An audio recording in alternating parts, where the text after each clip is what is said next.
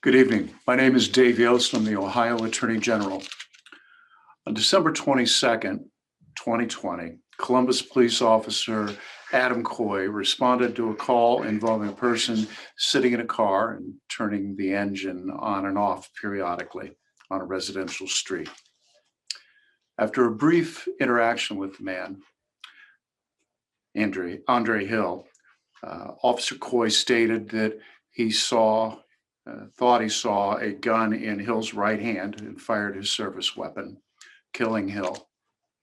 He was 47 years old. No weapon was found on the scene.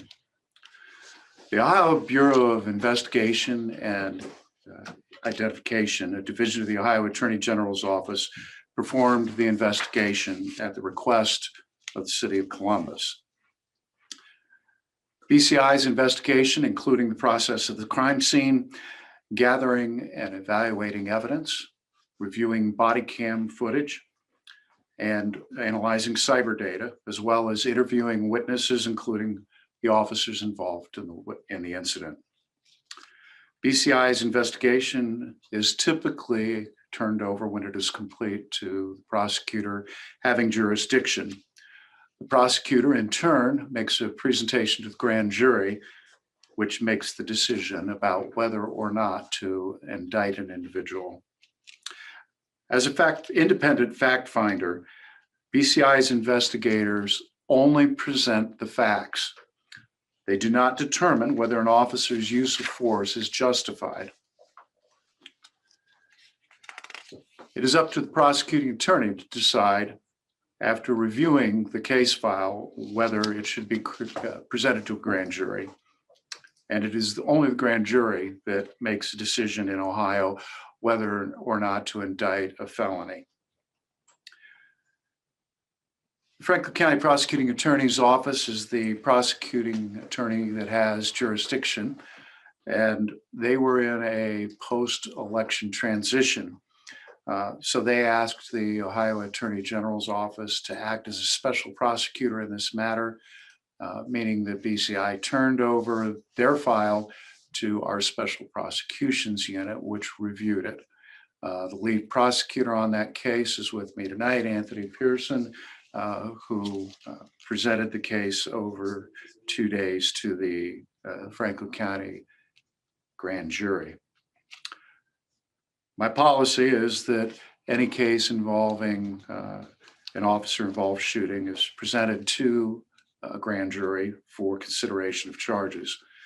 Today, the Franklin County grand jury indicted Mr. Coy on the following charges: murder and the commission of a felony, that felony being felonious assault, a separate charge of felonious assault, one count of dereliction of duty based on Mr. Coy's failure to engage his body camera, and one count of dereliction of duty based on his failure to inform his fellow officer that he felt that Mr. Hill presented a danger. The grand jury was also instructed on purposeful murder under Ohio law, and they issued a no bill as to that charge. Coy was arrested earlier this evening on these charges. He will have his initial appearance in court tomorrow. A bail hearing will be conducted at that time. Law enforcement officers are held in high regard because of their sacrifice, their courage, their service to our communities. They undertake the increasingly difficult and dangerous task of protecting our communities. But every person is responsible for and judged by his or her own actions. Neither guilt nor virtue may be inferred simply by association. The vast virtue of law enforcement is diminished by the very few bad actors among its ranks, and only by holding a bad actor accountable can that virtue be sustained. Here's what I mean in plain English. Same rules for everybody. In this case, the citizens of Franklin County, represented by the individual grand jurors, found probable cause to believe that Mr. Coy committed a crime when he killed Andre Hill by gunfire. Truth is the best friend of justice, and the grand jury here found the truth. Andre Hill should not be dead. Mr. Coy, of course, is presumed innocent at law until convicted by proof beyond a reasonable doubt by a jury of his peers. It should also be noted that in the grand jury process, the defense counsel is not present. They do not present evidence and do not challenge the state's evidence. It's a secret process. They will have the opportunity to do that at a trial on the merits before a jury in public. But let me be clear that I believe the evidence in this case supports the indictment, and my office will vigorously prosecute this case.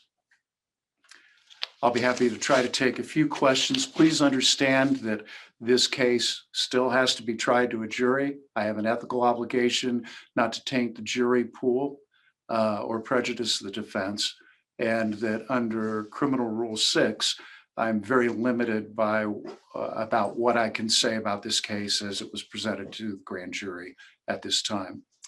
With that caveat, I'll take a few questions. Your first question is from Brett Heberly at WBNS. Thanks, Attorney General Yost, for your time this evening. Brett, You guys hear me okay? Bennett, I think you're muted. Can you hear me okay now? There we go. Oh, thanks for your time. I appreciate it. And I know you're limited on what you can say, but use of force cases have obviously garnered a lot of national attention within the past year, specifically Breonna Taylor out of Louisville.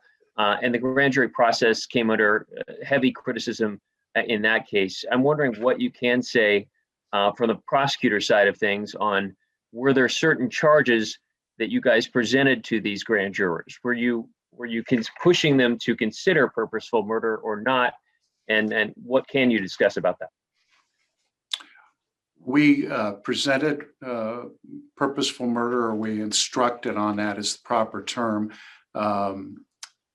We do not urge grand jurors to act one way or the other. We present the evidence, we instruct them as to the law, and then they make the decision.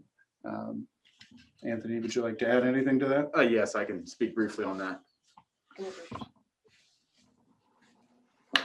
Yes, essentially the grand jury was provided all of the evidence in the case, all of the relevant evidence, and they were instructed on the various laws that they felt were broken. So they were given purposeful murder and other charges, and they considered those and made the decision based on what they felt was appropriate.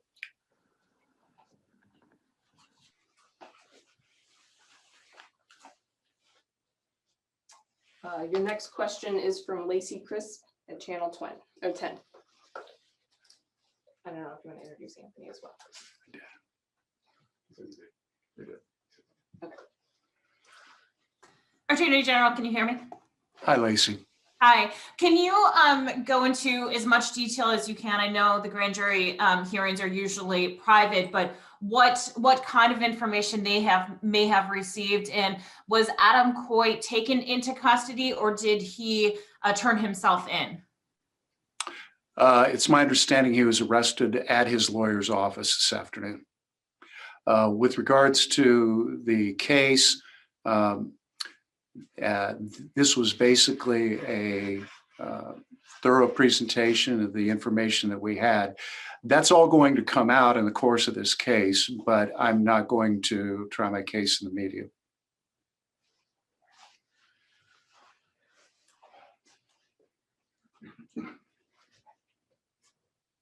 Anybody else? Thank you all for joining us tonight, and good luck to you.